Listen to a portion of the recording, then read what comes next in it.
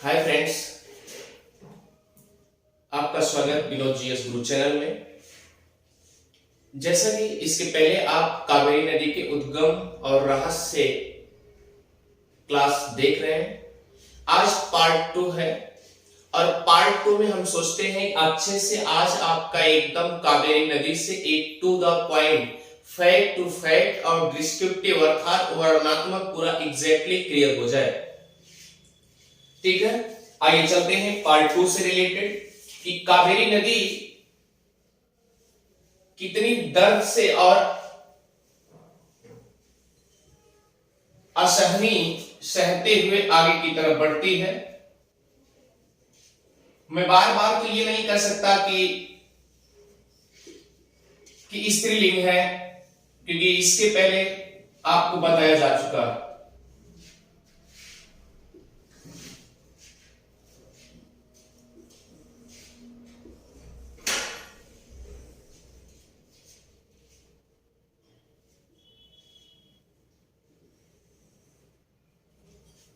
आइए देखते हैं।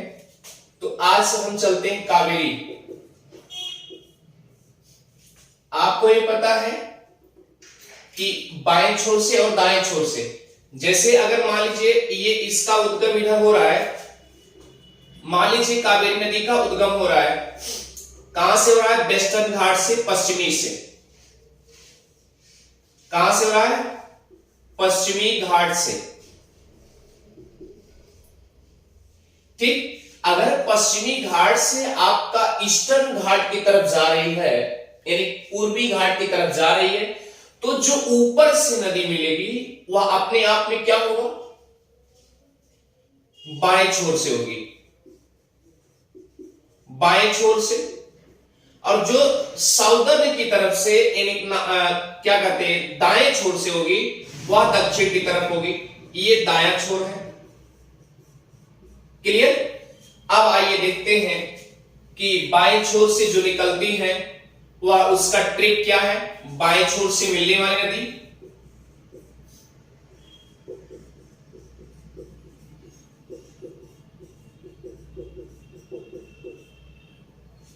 और दूसरे दाएं छोर से मिलने वाली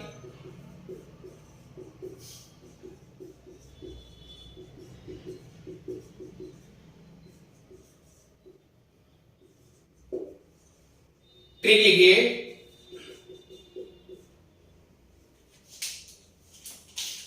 दाएं छोर से पहले क्लियर करिए। ट्रिक है लक्ष्मण तीर्थ कबीली में गए,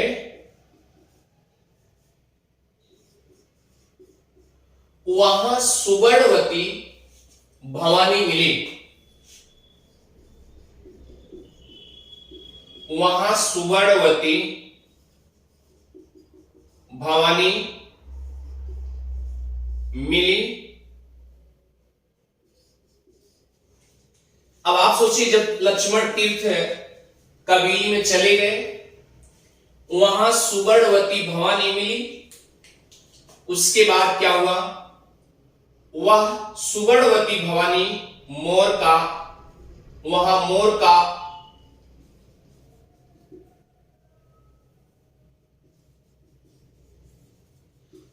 का लोभ कर रही थी।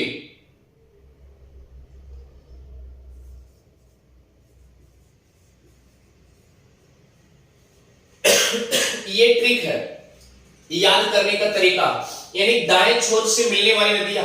हमने आपसे बता दिया कि लक्ष्मण तीर्थ कबीली में गए, वहां सुवर्णवती भवानी मिली, वहां मोर का लोभ वो कर रहे थे।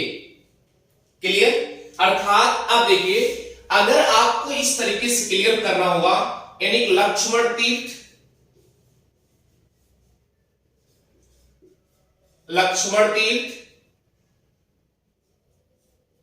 ये एक सहायक नदी है, कंट्रीब्यूटर रिवर है।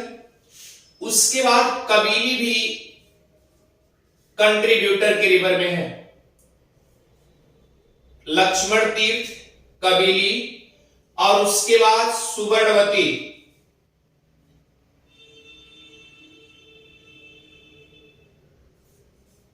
सुवर्णवती ये भी कंट्रीब्यूटर है, उसके बाद भवानी ये भी कंट्रीब्यूटर, अर्थात मतलब लक्ष्मण तीर्थ भी सहायक नदी है और कबिली भी सहायक नदी है और सुवर्णवती भी सहायक नदी है और भवानी भी सहायक नदी है। और उसके बाद आइए चलते हैं, मोरान भी सहायक नदी है, मोनार भी। और उसके बाद देखिए मोर के बाद लक्ष्मण तीर्थ, कबिली, सुवर्णवती, भवानी, उसके बाद मोरान का लोप कर रही थी, अर्थात लोकली इतनी जो है दाहिने तरफ से यानी दक्षिण की तरफ से ये मिलने वाली सहायक नदियां हैं। अब अगर आप बाएं छोर से देखेंगे, बाएं छोर से मिलने वाली नदियां कौन सी हैं? ट्रिक है, हे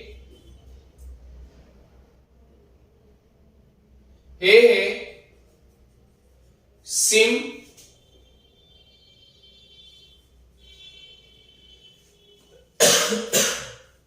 अर्कवती, यानी हे से हेरन, हे से हेमवती, सिम से सिमसा, अर्कवती से अर्कवती। क्लियर? इतनी बात तो समझ में आ गई होगी, यानी कि बाएं छोर से मिलने वाली नदी कौन सी है? ट्रिक मैंने बता दिया कि हे सिम अर्कवती, अर्थात हे से हेरन ये बाएं छोर से मिलने वाली है, हे से हेमवती, सिम से सिमसा, अर्कवती। ये क्लियर हो चुका है, ये बाएं छोर से मिलने वाली नदियां। अब एक चीज दाएं छोर में एक सहायक नदी मेन जो छूट रही है कि लक्ष्मण तीर्थ कबिली में चले गए, क्लियर हो गया, वहां सुवर्णवती भवानी मिली, एक सुंदर एक भवानी मिली। ऐसे याद कर लो कि लक्ष्मण तीर्थ गए, लक्ष्मण तीर्थ कबिली में गए और उसके बाद मतलब सुंदर वर्णवती जो है भवानी मिली और वह क्या कर रही थी? मोर का लोप कर रही थी, यानी मोनार का लोप कर रही थी। लेकिन कहां लोप कर रही थी? अमरावती में लोप कर रही थी, अमरावती में। क्लियर? अब देखिए अमरावती में एक क्लियर हो चुका, यानी इतने सहायक कंट्रीब्यूटर के काम कर रहे हैं, एक सहायक नदी के रूप में काम कर रहे हैं। ये आपको ट्रिक पता चल गया होगा। अब आइए चलते हैं, इधर देखते हैं। पहली चीज तो इसके बारे में देख लीजिए, उसके बाद फिर यहां पर हम आपको मैप बना दे रहे हैं। जैसे याद रखिएगा कि कावेरी नदी यहां कर्नाटका के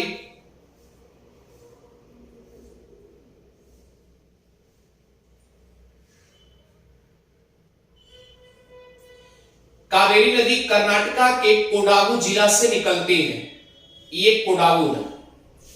अगर ये कोडागु, ध्यान दीजिए, अगर ये कोडागु है तो इसी कोडागु जिला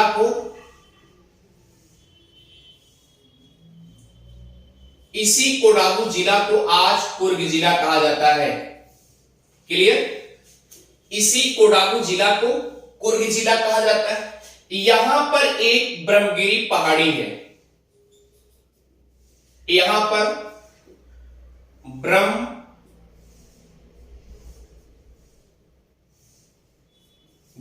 पहाड़ी है। अब ब्रह्मगिरी जो पहाड़ी है वो याद रखना, वहां पर कावेरी ताल है। क्या है? कावेरी ताल। वहीं कावेरी ताल से ये कावेरी नदी निकली और निकलने के बाद ऐसा नहीं है कि डायरेक्ट ये केरला में चली आएगी, नहीं। केरला में आने का मकसद ये है कि ये जो नदी है, यानी योग्य बात ये है कि ये नदी सीधा आंध्र प्रदेश में चली जाती है। अगर ये आंध्र प्रदेश में जाती है तो याद रखिएगा ये नदी आंध्र प्रदेश में जाकर के, ये नदी आंध्र प्रदेश में जाकर के पांडिचेरी के हिस्से में कराईकल में अपना पानी गिरा देती है। क्लियर हो गया? अच्छा ठीक है, मैंने जैसा कि पार्ट 1 में एक चीज बताया था कि जब ये कर्नाटक से ये नदी निकलती है, कोडागु जिला से, ब्रह्मगिरी पहाड़ी से, कावेरी ताल से निकलती है और निकलने के बाद सीधा ये आंध्रा में चली जाती है, तो सबसे ज्यादा पानी किसको दे रहा है? आप देख ही रहे हैं कि यानी 56% ये आंध्र प्रदेश को दे रहा है, और किसको दे रहा है? जबकि इधर क्या है आपका? तेलंगाना है। क्लियर? ये क्या है आपका? कर्नाटका है। कर्नाटका को कितना दे रहा है? 41%, 41%। अब जो अपवाह के रूप में इधर आ रहा है, जो साइड कंट्रीब्यूटर के रूप में ये नदियां आ रही हैं, यानी बाएं छोर से कि दाएं छोर से, ये इधर जो होगा दाएं छोर से होगा और इधर जो होगा बाएं छोर से होगा। तो कहने का मतलब ये है कि इसके अपवाह के रूप में जो होगा 3% यहां पर केरला, ए रेंज आपका केरला हो जाएगा, यहां पर 3% पानी, इसके सहायक नदी जो है ये 3% पानी देते हैं। अर्थात आप एक क्लियर कर सकते हैं कि 56, 41 और 3 अर्थात 100% पानी जो है अपने आप में ये पानी न्यौछावर कर देती है। ये बात तो क्लियर हो चुकी है। दूसरी बात यह है कि अब ये पानी कहां गिराती है? पांडिचेरी की कराईकल में। क्लियर? जब ये कोडागु जिला से निकली, अब इसे तो मैं मिटा सकता हूं, इसे भी मिटा सकता हूं, लेकिन पहले रुक जाइए, पहले इसके बारे में पहले स्ट्रक्चर देख लीजिए, उसके बाद फिर इसको मिटा दे रहे हैं। अब देखिए, ये कावेरी नदी यहां से निकलती है, निकली कोडागु जिला से, और ये आंध्र प्रदेश में पांडिचेरी के हिस्से में कराईकल के पास ये पानी अपना न्यौछावर कर देती है, डेल्टा के रूप में बनाती है। क्लियर? सवाल ये नहीं है, सवाल ये पहले इसका स्ट्रक्चर देख लीजिए, उसके बाद इसको हम मिटा देते हैं। चलिए, यहां से जब नदी निकली, ब्रह्मगिरी पहाड़ी से निकली, तो पहले बाएं छोर से नदी मिली, एक सहायक नदी मिली, जो कि याद रखना ये भी ब्रह्मगिरी पहाड़ी से ही है। क्लियर? तो याद रखिएगा, जब ये नदी सहायक के रूप में मिलती है, जिसका नाम है हेरन, पहली नदी हेरन में मिलेगी सहायक बाएं छोर से, फिर उसके बाद बाएं छोर से मिलने वाली नदी हेमवती। क्लियर? फिर उसके बाद बाएं छोर से मिलने वाली सिमसा, उसके बाद अर्कवती। इस तरीके से नदी मिलेंगी। अब आपको ध्यान देना है कि जब ये बाएं छोर से मिल रही, इसका मतलब दाएं छोर से भी मिलेगी नदी ना, तो दाएं छोर से कौन सी पहली नदी निकल रही है? तो ये हेरंग और हेमवती के मध्य में एक दाएं छोर से मिलने वाली जो नदी है, उसका नाम है लक्ष्मण तीर्थ। क्या नाम है? लक्ष्मण तीर्थ। अब उसके बाद देखिए, अब आपको ध्यान देना है, यानी हेरंग और हेमवती, इसकी हेरंग और हेमवती के बीच में लक्ष्मण तीर्थ हो गया, एक खाना ले लिया, उसके बाद दूसरे खाना छोड़ दीजिए, फिर उसके बाद यहां पर दो नदी मिलती है, यानी सिमसा और अर्कवती के मध्य में। अब ध्यान देना है, अब सिमसा और लक्ष्मण तीर्थ के बाद क्या है? कबीली है। लक्ष्मण तीर्थ कबीली में गए, उसके बाद क्या मिला? वहां पर सुवर्णवती यानी सुसुंदर सुवर्णवती मिली, और उसके बाद फिर कब भवानी। इधर देखिए भवानी, अब इसके बाद चार नदियां, भवानी, उसके बाद क्या है? मोनार, उसके बाद लोकली, उसके बाद फिर अमरावती। ये आपका स्ट्रक्चर है, ये आपका स्ट्रक्चर है। यानी ये जो ऊपर से नदी मिल रही है सब क्या है, बाएं छोर से, और जो नीचे से यानी दक्षिण से जो नदी मिल रही है ये क्या है, दाएं छोर से। अब इसे हम इंडिया का मैप जब मिटा देते हैं तो ये तो पता चल गया कि कहां से निकलती है, कोडागू जिला से निकली, पूर्व उसके जिसे आज पूर्व जिला के नाम से कहते हैं। यहां पर एक पर्वत पहाड़ी है, पहाड़ी की श्रृंखला है, और उसी के बीच उसी पदस्थली से आप ये मान चलिए कि वहां पर एक कावेरी ताल है, जैसा कि कावेरी के बारे में डिटेल पार्ट 1 में भी बताया गया है। तो आइए चलते पहले इसको मिटा करके हम क्लियर करते हैं। आइए देखते हैं ये कौन है, हेरन। अब देखिए इसको हम थोड़ा सा लंबा करते हैं।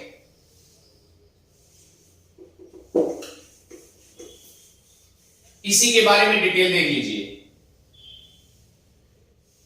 ये आपका है कराईकल। कराईकल कहां है, पांडिचेरी में, क्लियर हो गया। पांडिचेरी का हिस्सा है जो कि बंगाल की खाड़ी में, बंगाल की खाड़ी में। तो बाएं छोर से मिलने वाली नदी कौन सी है, पहली कौन सी मिली, हेरन। दूसरा कौन है, हेमवती। उसके बाद कौन सी है, सिमसा। सिमसा। उसके बाद क्या है, अर्कवती। क्लियर। ये बाएं छोर से मिलने वाली नदी है। आगे चलिए। अब दाएं छोर से कौन सी नदी मिल रही है, दाएं छोर से लक्ष्मण तीर्थ। लक्ष्मण तीर्थ। उसके बाद दो छोड़ेंगे, फिर आ जाएगी कबेली। कबेली। फिर उसके बाद सुवर्णवती। सुवर्णवती। क्लियर हो गया। अब ध्यान दीजिएगा आगे उसके बाद चार नदियां लगातार,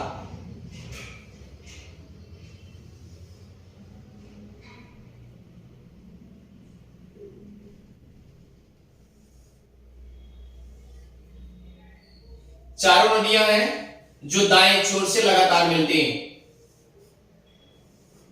कौन कौन है, सुवर्णवती। अब उसके बाद मोनार, ये भी सहायक नदी है। उसके बाद चलेंगे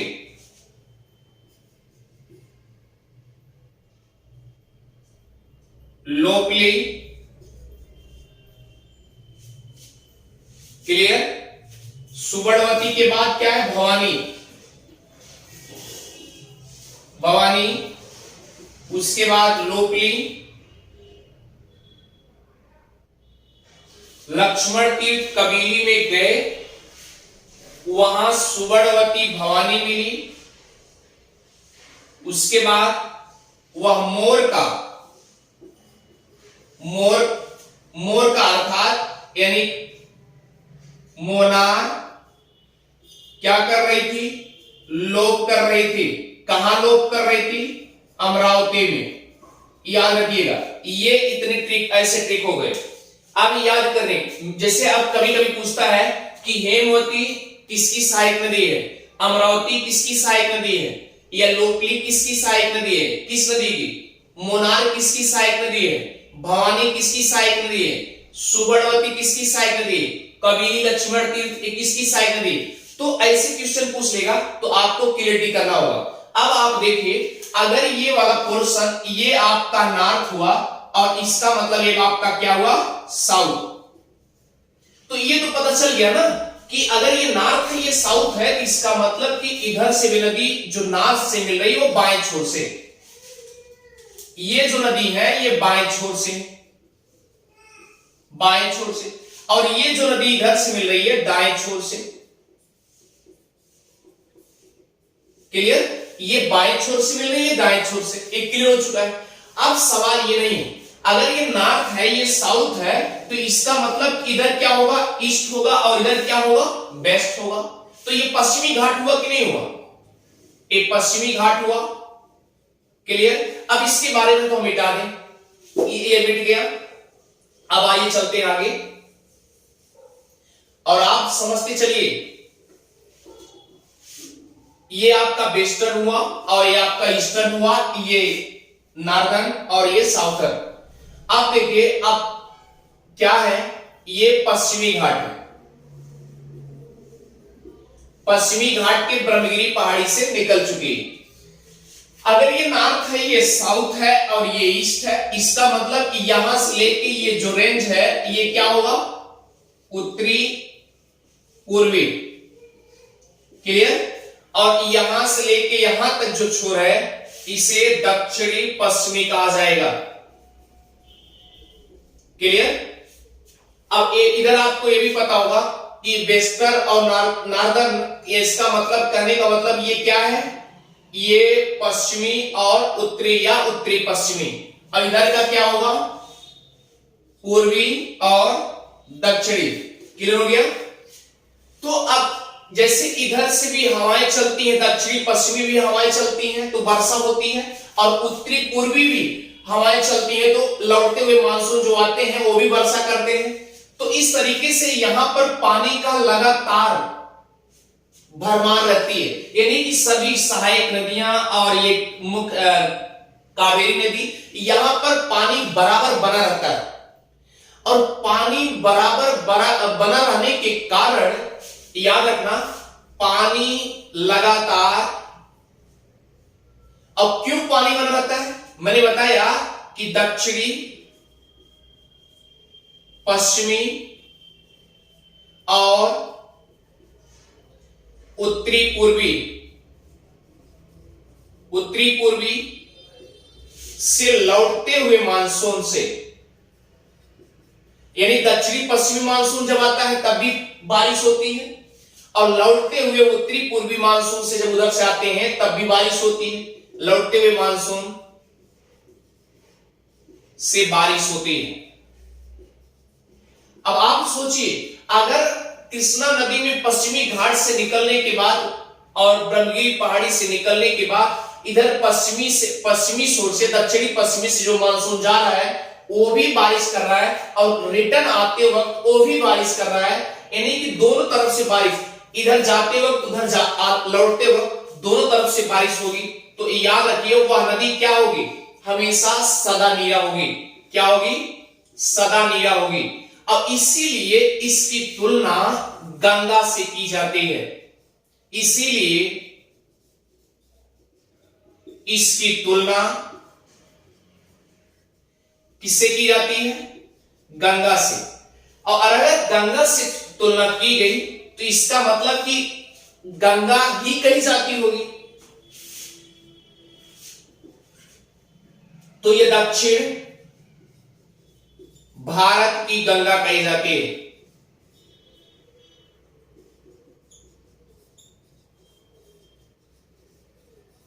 अब जान लीजिए कि केवल यही है, जबकि अभी तक प्रायद्वीपीय नदियां जो होती हैं वो सदा नीरा नहीं होती, लेकिन ये कावेरी जो है ये सदा नीरा है। क्यों है, मैंने आपको बताया कि ये दक्षिणी पश्चिमी मानसून से बारिश कराती हैं।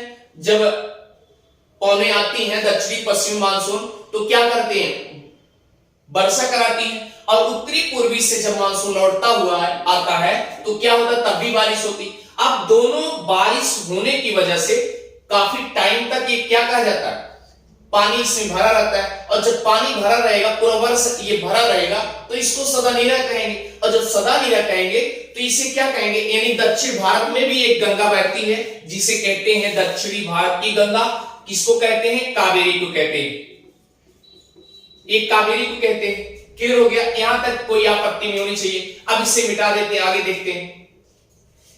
अगर ये देखिए, अगर सदा नीरा जल है, लेकिन एक बात और ध्यान दीजिएगा, ये कावेरी नदी जो अपने बाएं छोर से और दाएं छोर से सहायक नदी एक कंट्रीब्यूटर रिवर के रूप में मिल रही है, तो इसका भी तो एक अपवाद क्षेत्र है। तो याद रखना,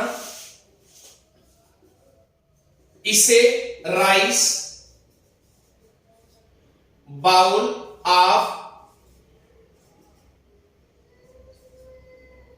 साउथ इंडिया भी कहा जाता है।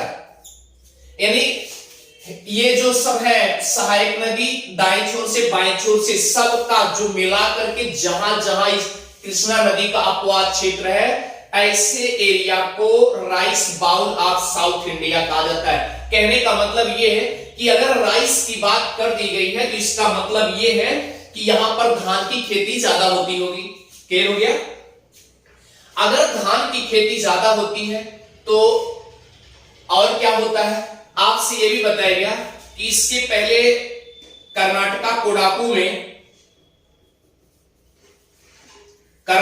के कोडागु जिला में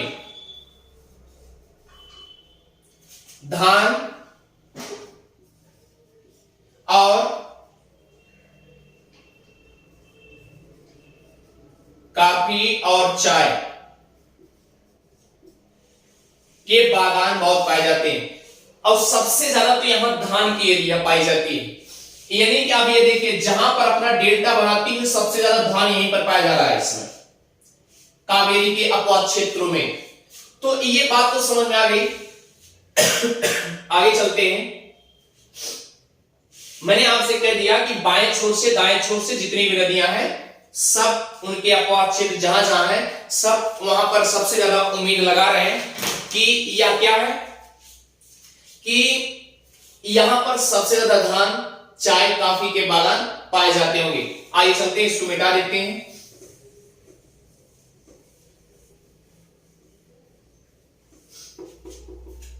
सवाल ये नहीं है, सवाल ये है कि जब कावेरी यहां से इधर निकली, कराईकल में जाके अपना पानी गिरा दी, बंगाल की खाड़ी में गिरा दी, तो याद रखना ये नदी क्या करती है, एक गुमफित का काम करती है। क्या करती है? गुमफित का काम करती है। अब सवाल ये नहीं है, अगर ये गुमफित का काम करती है तो गुमफित क्या है? गुमफित है जैसे एक मेन नदी ऐसे निकली और उसके बाद ये दो धाराओं में बढ़ जाती है। तो जब दो धाराओं में बढ़ जाएगी लास्ट में फिर मिल जाती है, ये मिल जाएगी फिर मिलेगी, तो इसका मतलब ये कहते हैं गुमराह, यानी एक इधर से अपने कन्वर्ट कर देती है, अपने ही धारा को कन्वर्ट कर देती है। तो ऐसी कंडीशन में ये 3 बार करती है। तो याद रखिएगा कावेरी नदी यहां से निकली और उसके बाद क्या की, फिर ये 3 बार अपने आप को क्या करती है, कन्वर्ट कर देती है।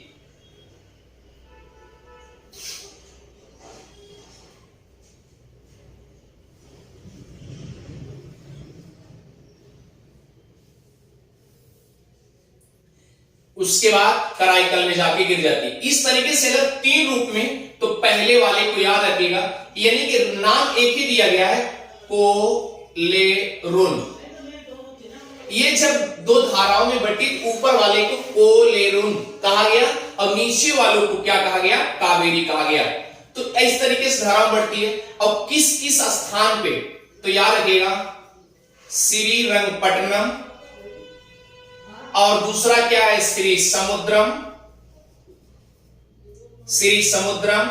और तीसरा क्या है श्रीरंगम। यानी कि आप इतना आपको पता चल गया कि यह नदी एक गुमफित का काम करती है और गुमफित किसे कहते हैं मैंने बता दिया। और ये याद रखिएगा ये 3 बार ऐसी गुमफित की कंडीशन बनाती है। तो पहली बार कहां बनाती है, श्रीरंगपट्टनम, दूसरा क्या है श्री समुद्रम, और तीसरा क्या है श्री रंगम। 3 जगह ये गुमफित का काम बनाई।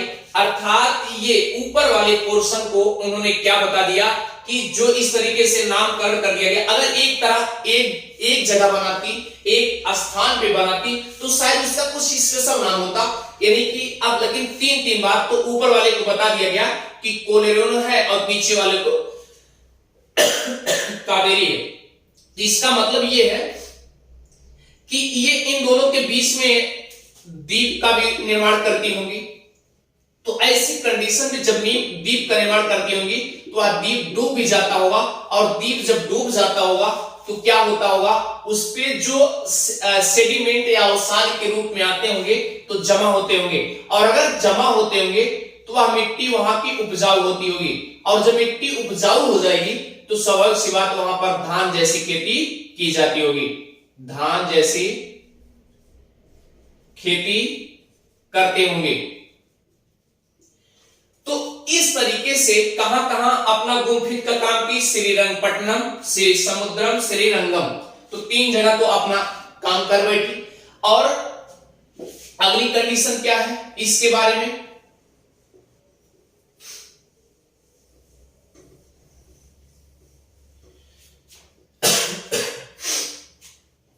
अब इधर देखें कि कावेरी नदी, एक चीज ध्यान दीजिएगा, जब कावेरी नदी इसको अपवाह क्षेत्र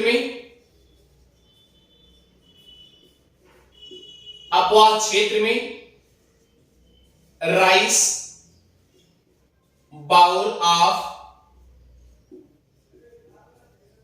साउथ इंडिया कहा गया। इसका मतलब यहां पर चावल की खेती ज्यादा होती होगी। और याद रखिएगा कि कावेरी नदी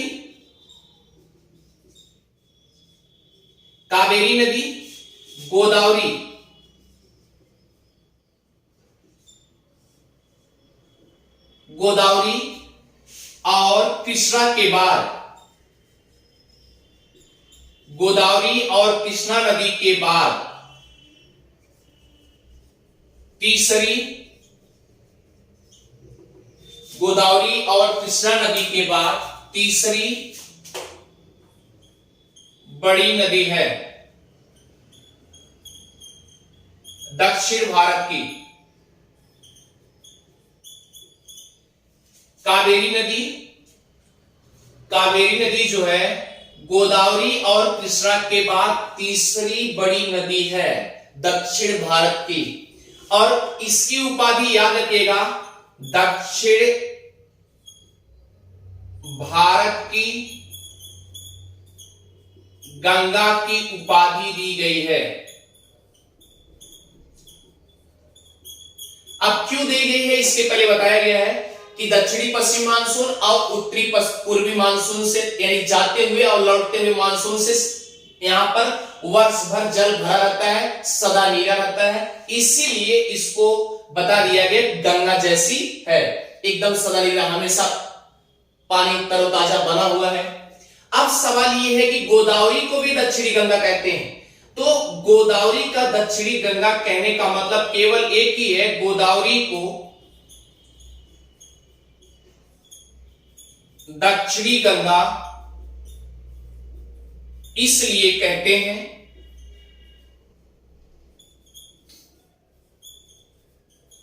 क्योंकि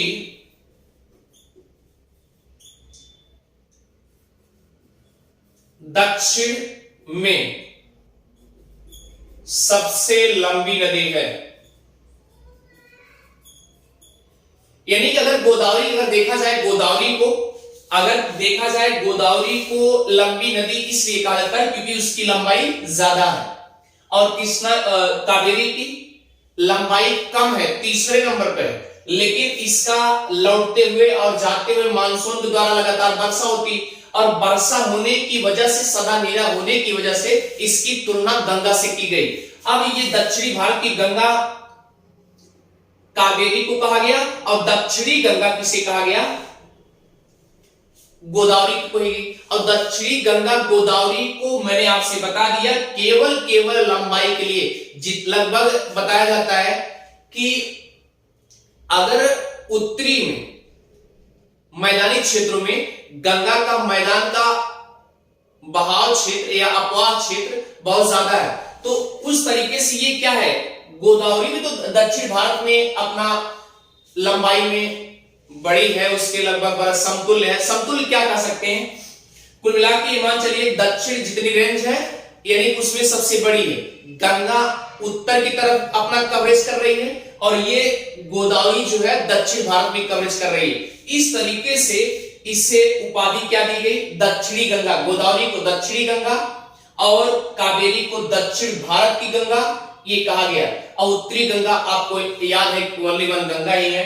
तो इस तरीके से इसकी उपाधि है, और टोटल रेंज इसको बताया गया, कावेरी का टोटल रेंज 800 किलोमीटर है। क्लियर हो गया। तो मैंने आपसे ये भी बता दिया कि 41% केवल किसको देती है, कर्नाटका को, और 56% आंध्र प्रदेश को, उसके बाद 3% केरला को पानी सिंचित करती है। और इस तरीके से हमें लगता है कि आपको अच्छे से समझ में आ गया होगा।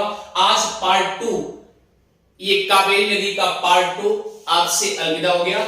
इसके बाद नेक्स्ट कंडीशन में जो भी नदियां उठेंगी आपके सामने अपलोड किया जाएगा। अगर आपको समझ में आ रहा है, विनोद जीएस गुरु चैनल को सब्सक्राइब भी करना ना भूलें। Thank you.